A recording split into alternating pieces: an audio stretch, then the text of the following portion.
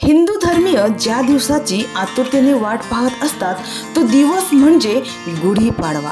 दरवर्षीप्रमाणे यंदाही पारंपरिक पद्धतीने नववर्षाचे स्वागत करण्यात येत आहे। पालघर जिल्ह्यात ठिकठिकाणी भव्य शोभा यात्रा आज निघणार आहे। तर आजच्या दिवशी प्रत्येक दारावर खिडकीत उंच अशी गुढी उभारण्यात आली आहे। दारी उभारलेली ही गुढी विजय आणि समृद्धीचे प्रतीक आहे असे मानले जाते। गुढीपाडव्यापासूनच राम जन्म उत्सवाच्या कार्यक्रमाचा सुद्धा प्रारंभ होतो। आजच्या दिवशी गुढीपाडव्याच्या निमित्तानं हिंदू संस्कृतीची झलक दाखवणाऱ्या मिरवणुका काढल्या जातात, ज्यात महिला पुरुष लहान मुले पारंपरिक वेशभूषेत सहभागी होतात। त्याचप्रमाणे आज पालघर जिल्ह्यात तालुक्यात विविध ठिकाणी मिरवणुका शोभा यात्रा काढण्यात येणार आहे। गुढीपाडवा या सणापासून हिंदू नववर्षाची सुरुवात होते। हिंदू पंचांगानुसार चैत्र शुद्ध प्रतिपदेला महाराष्ट्रात मोठ्या उत्साहाने गुढीपाडवा हा सण साजरा केला जातो।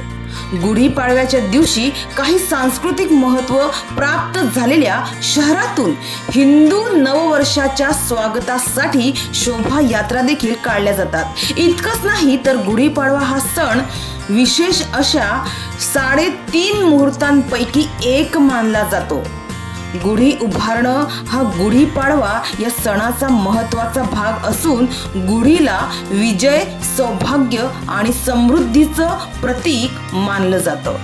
चैत्र महिन्यातील शुक्ल पक्षातील प्रतिपदा तिथीला हा सण महाराष्ट्रात आनंदात साजरा केला जातो। 2025 म्हणजेच या वर्षी गुढीपाडवा 30 मार्च रोजी साजरा केला जात आहे, म्हणजेच आजच्या दिवशी।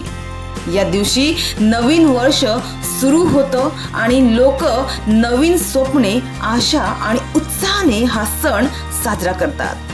हा सण वसंत ऋतूच्या आगमनाचे आणि नवीन सुरुवातीचे प्रतीक आहे। गुढीपाडवा हा महाराष्ट्रातील एक महत्त्वाचा सण आहे। गुढीपाडव्याच्या दिवशी घरांमध्ये खास पदार्थ बनवले जातात।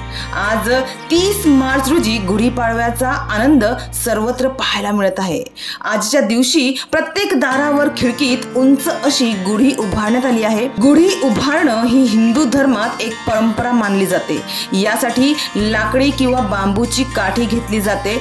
त्याच्या वरच्या टोकावर तांब्याचा किंवा चांदीचा तांब्या उलटा लावला जातो। यानंतर त्यावर सोवळं किंवा नवी कोरी साडी लावली जाते।